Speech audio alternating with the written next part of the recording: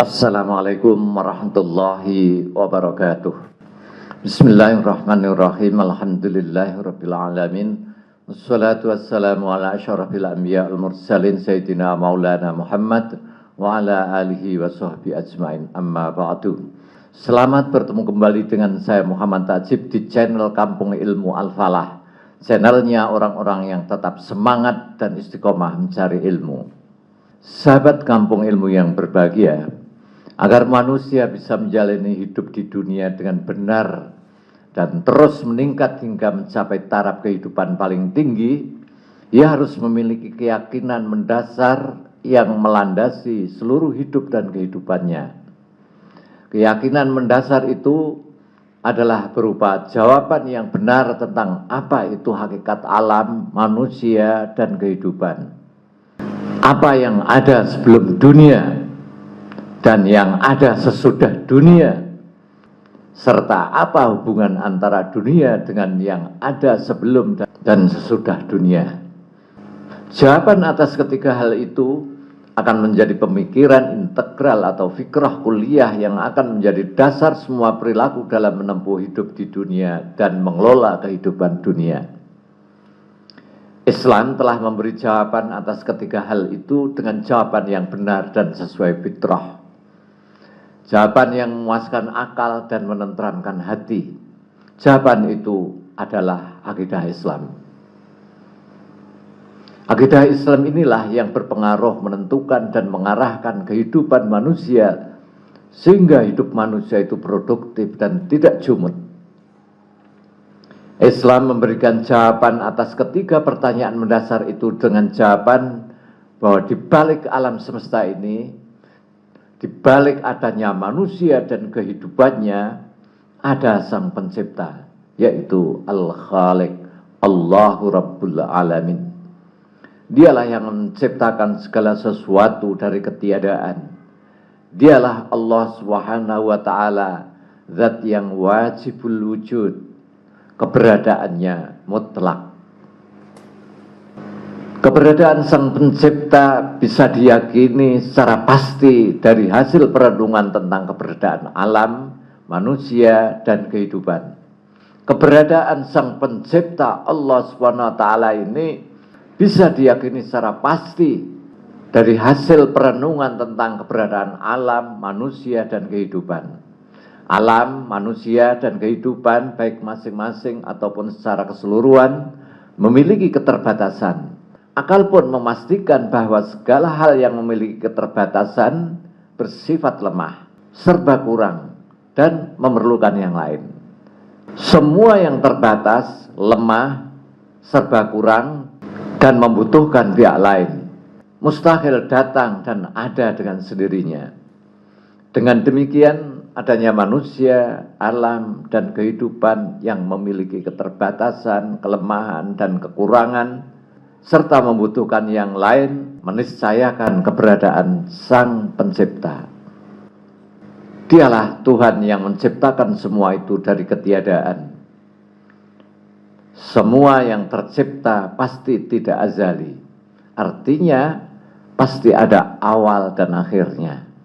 Berbicara tentang keberadaan Sang Pencipta atau Tuhan, maka hanya ada tiga kemungkinan.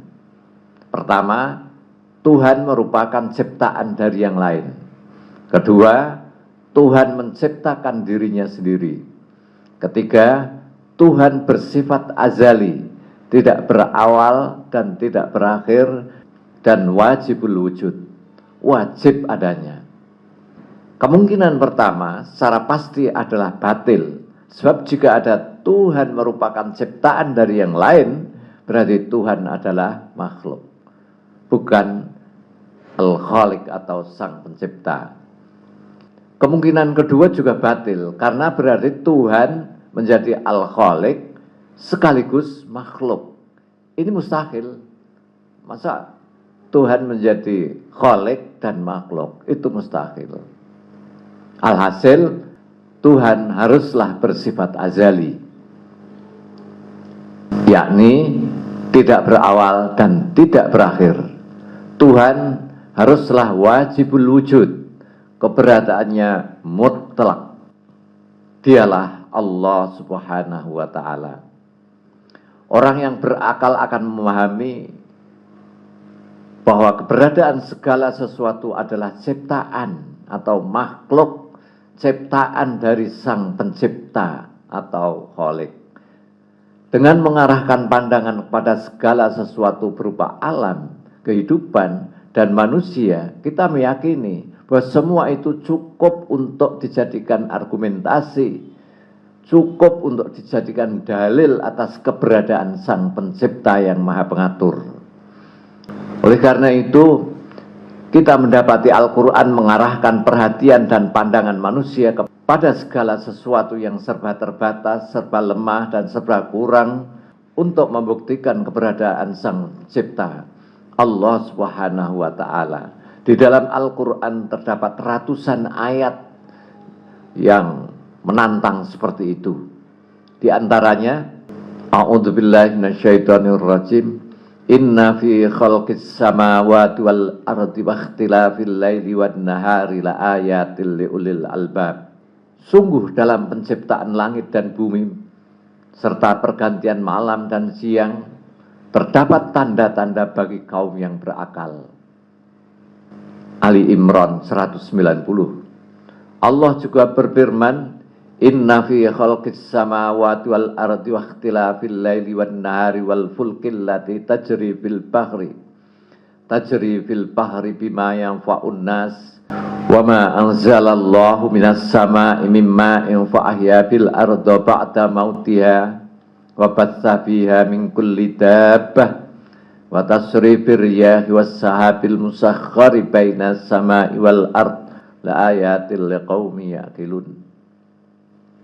Sesungguhnya dalam penciptaan langit dan bumi, pergantian malam dan siang, bahtera yang berlayar di laut membawa apa yang berguna bagi manusia, air yang Allah turunkan dari langit, lalu dengan air itu dia menghidupkan bumi sudah mati, atau maksudnya sudah keringnya.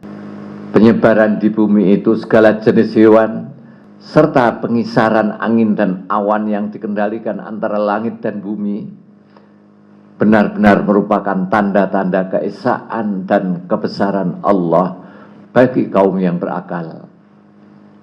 Al-Baqarah 164. Dengan demikian, bisa diyakini dan diimani secara pasti bahwa di balik alam semesta manusia dan kehidupan ini ada Al-Khaliq, Sang Pencipta.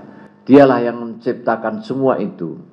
Dialah Allah Subhanahu wa ta'ala, zat yang azali dan wajibul wujud.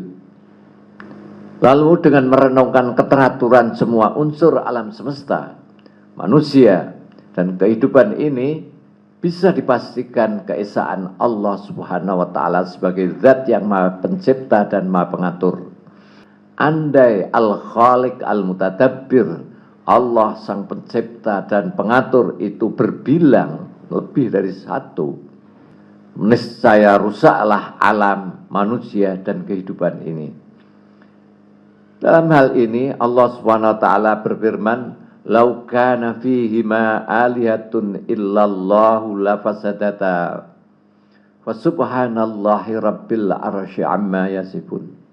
Andai ada di langit dan di bumi Tuhan-Tuhan selain Allah, tentulah langit dan bumi itu telah rusak binasa. Maha Allah, zat yang mempunyai aras dari apa saja yang mereka sifatkan. Alhasil, keberadaan atau eksistensi Allah SWT dan keesaannya telah bisa diyakini dan diimani secara pasti dengan proses berpikir secara akliyah, disertai dengan bukti-bukti dan dalil-dalil pasti. Adapun tentang hakikat atau esensi atau zatnya tidak mungkin bisa dijangkau oleh akal. Sebabnya zatnya berada di balik apa yang bisa dijangkau akal. Keimanan atas hakikat Allah berikut nama-namanya, sifat-sifatnya, dan sebagainya haruslah didasarkan pada informasi dari Allah Subhanahu wa ta'ala sendiri, yaitu di dalam wahyunya. Al-Quran kalamullah, Muhammad Rasulullah sallallahu alaihi wasallam Keberadaan Al-Quran sebagai kalamullah juga bisa diimani secara akliyah, yakni dari fakta Al-Quran yang berbahasa Arab. Dalam hal ini hanya ada 3 kemungkinan. 1, Al-Quran itu karangan bangsa Arab. Al-Quran itu karya Muhammad. 3, Al-Quran itu merupakan kalamullah. Kemungkinan pertama tentu batil. Pasalnya Allah sendiri telah menantang semua orang Arab untuk membuat yang semisal Al-Quran. Lihat Quran surat Al-Baqarah ayat 23, surat Hud ayat 13. Sudah terbukti secara pasti bahwa seluruh orang Arab tidak mampu menjawab tantangan itu. Jadi mustahil Al-Quran merupakan karangan bangsa Arab. Kemungkinan kedua juga batil. Pasalnya Muhammad adalah bagian dari bangsa Arab. Jika seluruh orang Arab tidak mampu membuat semisal Al-Quran, apalagi hanya seorang Muhammad, tentu lebih mustahil lagi dikarang oleh orang non-Arab. Alhasil, kemungkinan ketigalah yang benar, yakni bahwa Al-Quran merupakan kalamullah dan menjadi mukjizat bagi orang yang membawanya. Muhammad telah yang membawa Al-Quran, yang merupakan kalamullah dan syariatnya. Sementara tidak ada yang membawa syariat Allah SWT kecuali para nabi dan rasul. Karena itu bisa dipastikan bahwa beliau adalah seorang nabi dan rasulnya. Simpulan, dengan demikian keimanan kepada Allah sebagai pencipta, Al-Quran sebagai kalamullah, serta Muhammad SAW sebagai nabi dan rasulnya telah bisa dibangun secara akliyah dengan bukti dan dalil. Hal itu menjadi pilar tegaknya keimanan. Dengan demikian, keimanan kepada Allah SWT sebagai sang pencipta, Al-Quran sebagai kalamullah, serta Muhammad SAW sebagai nabi dan rasulnya telah bisa dibangun secara akliyah dan dengan bukti dan dalil. Hal ini menjadi pilar tegaknya keimanan pada semua hal gaib dan apa saja yang diberitahukan oleh Allah SWT dalam Al-Quran, baik yang bisa dijangkau akal ataupun tidak. Dari sini berarti kita wajib mengimani hari kebangkitan atau hari kiamat, surga, neraka, hisab, azab, para malaikat, jin, setan, dan lainnya yang telah diinformasikan secara pasti atau qat'i oleh Al-Quran atau hadis-hadis mutawatir. Berdasarkan hal itu, kita wajib mengimani apa yang ada sebelum kehidupan dunia. Itulah sang pencipta, yaitu Allah SWT. Kita pun wajib mengimani apa yang ada sesudah kehidupan dunia. Itulah alam akhirat sebagai tempat kembali manusia kepada sang Khalik. Konsekuensinya, kita pun wajib mengimani sekaligus melaksanakan seluruh ketentuan Allah SWT, yakni syariahnya, yang faktanya dia turunkan untuk mengatur kehidupan manusia di muka bumi ini. Artinya, manusia wajib berjalan di kehidupan dunia ini sesuai dengan aturan-aturan Allah, sesuai syariatnya, dalam segala tindak tanduknya, dan dalam segala pengaturan kehidupan individunya, keluarganya, dan masyarakatnya dalam segala aspeknya. Manusia wajib menjalankan dan menerapkan syariat Allah secara keseluruhan dalam seluruh aspek kehidupan dunia. Tentu manusia akan dihisab dan dimintai pertanggungjawaban pada hari kiamat atas semua itu. Nah, ini yang akan menentukan apakah dia akan menempati surga dengan segala kenikmatannya atau dijebloskan ke dalam neraka dengan segala azab dan penderitaan yang amat pedih. Wallahu a'lam. Assalamualaikum warahmatullahi wabarakatuh. Muhammad Ajib.